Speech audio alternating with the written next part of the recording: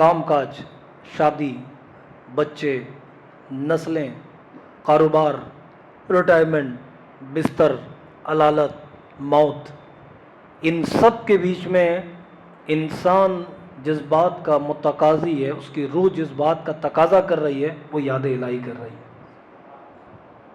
اس پوری جرنی میں پیدائش سے لے کر موت تک حاصل کیا کرنا ہے؟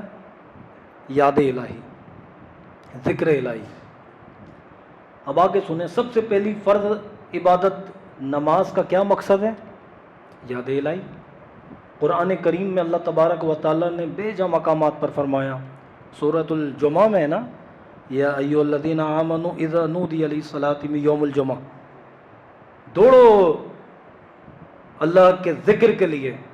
کر کیا رہے تھے؟ آ کر 2 رکعت نماز نیت کرتا ہوں جمعہ کے پیچھے اس امام کے، ایسے ہی ہوتا ہے نا۔ تو نماز فرض عبادات میں یعنی سب سے بڑی عبادت وہ نماز ہے، اور نماز کا حاصل مدعا اور مقصد بھی ذکر الہی ہے۔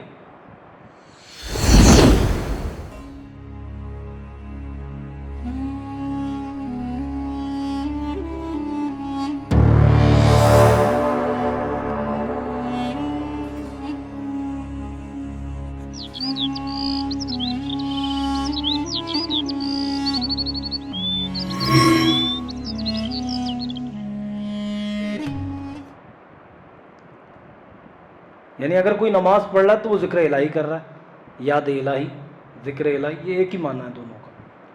اللہ تعالیٰ کے ذکر کو دوام حاصل ہو اور ہمہ وقت جاری رہے، یعنی آدمی اللہ کے ذکر سے کسی وقت بھی خالی نہ رکھے اپنی زبان کو، اپنے دل کو۔ نفسانی خواہشات کو مقرر کردہ وقت کے لیے روکنے کا نام ہے روزہ۔ کتنے گھنٹے آپ روزہ رکھتے ہیں؟ 15، 16، تقریباً اتنے ہی بنتے ہوں گے نا، 15، 16۔ اب اس کا مقصد کیا ہے؟ مقصد تو یہی ہے نا کہ صبح سحری کر رہے ہیں تو یاد رہے کہ اللہ کا حکم ہے، تو اللہ یاد آتا ہے، یاد الہی۔ کچھ کھانے کو دل کر رہا ہے، چھپ پر کھا لیں، فوراً اللہ کا ذکر یاد آ جاتا ہے، یاد الہی۔ روزہ نفس انسانی میں پاکیزگی کو پیدا کرتا ہے اور دل کی زمین کو ہموار کرتا ہے، تاکہ اس میں یاد الہی کا پودا جو آپ نے لگانے کی کوشش کی وہ اس میں جڑیں اس کی مضبوط ہو جائیں۔ یاد رکھنا کہ یہ جو بھوک ہے نا، یہ بھوک آدمی کو جب ستاتی ہے تو اسے اللہ کی یاد آتی ہے۔ جب بھوک آدمی کو ستاتی ہے تو اس کو اللہ کی یاد آتی ہے۔ اسی لیے اللہ تبارک و تعالیٰ نے کیا فرمایا؟ ایمان والو، تمہارے لیے روزوں کو فرض کر دیا، کتاب کر دیا، کیونکہ تم سے پہلوں پر بھی کیا تھا، بالکل اسی طرح کیا۔ اور کیوں کیا؟ تاکہ تم میں تقویٰ پیدا ہو جائے۔ اب تقوی کا معنی کیا ہے؟ ڈر بھی ہے اور اللہ کی یاد بھی ہے۔ میں آپ سے پوچھو بھائی روزہ کیوں رکھا؟ کیوں رکھتے ہیں روزہ؟ ابا کے لیے رکھا، اماں کے لیے رکھا، اللہ کے لیے رکھا۔ یعنی اگر روزے کو دیکھیں تو یہ خالص اللہ کے لیے رکھا، سارے کام اللہ کے لیے ہیں۔ اچھا دیکھو، عبادت کریں، نماز پڑھیں تو یہ جنت، زکوٰۃ دیں تو جنت، حج کریں تو جنت، اور صدقہ دیں تو جنت، والدین کی خدمت اطاعت گزاری کریں تو جنت۔ ہر نیکی کا بدلہ کیا ہے؟ جنت۔ روزے کا بدلہ جنت نہیں بلکہ خالق کی جنت ہے، یعنی جنت کو بنانے والا۔ آپ نے سنا نا روزے کے فضائل اور ابواب میں، نبی پاک صلی اللہ علیہ وسلم نے ارشاد فرمایا کہ اللہ فرماتا ہے کہ روزہ بندہ میرے لیے رکھتا ہے اور میں خود اس کی جزا ہوں۔ تو روزہ دیکھیں کتنی یعنی جو ہے وہ عبادت کے معیار پر کتنی اونچی اور بلندی رکھنے والی عبادت ہے۔ تو روزہ بھی یاد الہی ہے، ذکر الہی ہے۔ اب آئیے آگے کی طرف بڑھتے ہیں۔ اہل محبت کے ہاں یہ عام ہے قاعدہ کہ جس شے سے محبت ہو اسے اٹھتے بیٹھتے یاد کرتا ہے. تم بھی کرتے ہو گے یاد جس سے محبت ہو. جب میں یہ بات کہتا ہوں تو نوجوان پتہ نہیں کس کو یاد کرنے بیٹھ جاتا ہے. میں پوچھتا ہوں کیا تمہیں اپنی ماں سے محبت نہیں ہے, باپ سے محبت نہیں ہے؟ مگر کم ہے مگر کم ہے.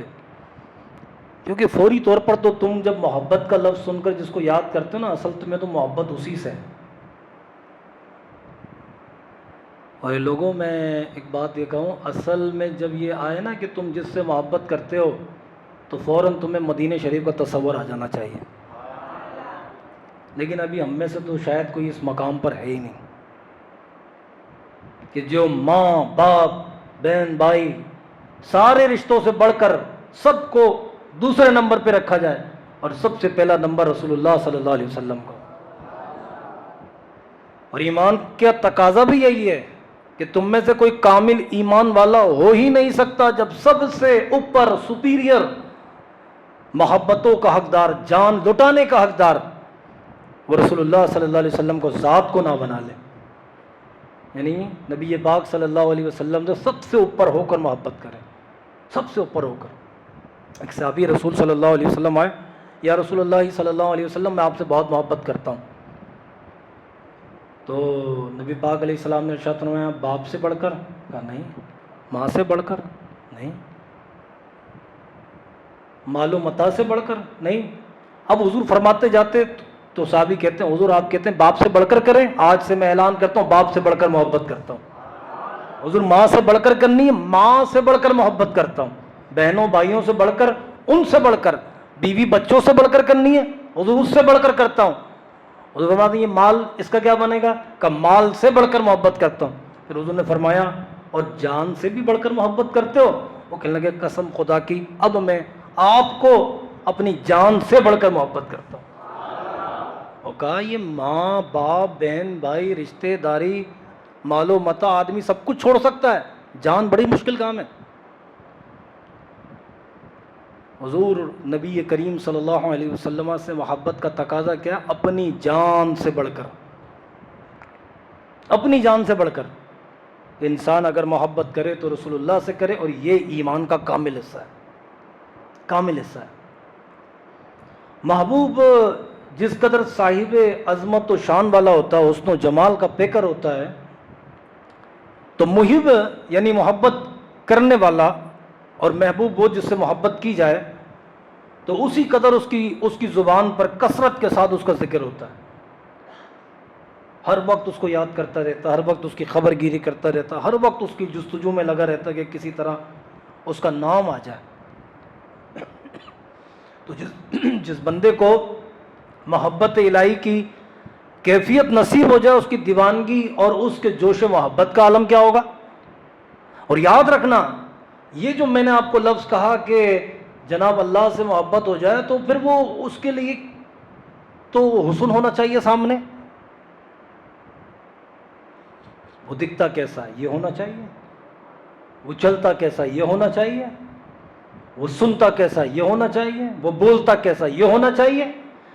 اللہ اکبر, شب معراج مصطفیٰ صلی اللہ علیہ وسلم ہے, تقاضا آ گیا سامنے, پیارے جو تجھے دیکھ لے وہ مجھے دیکھ لے. تو اب محبت تو مصطفیٰ سے کی جا رہی ہے, مگر یہ محبت اللہ سے ہے. سمجھے آپ بات کو؟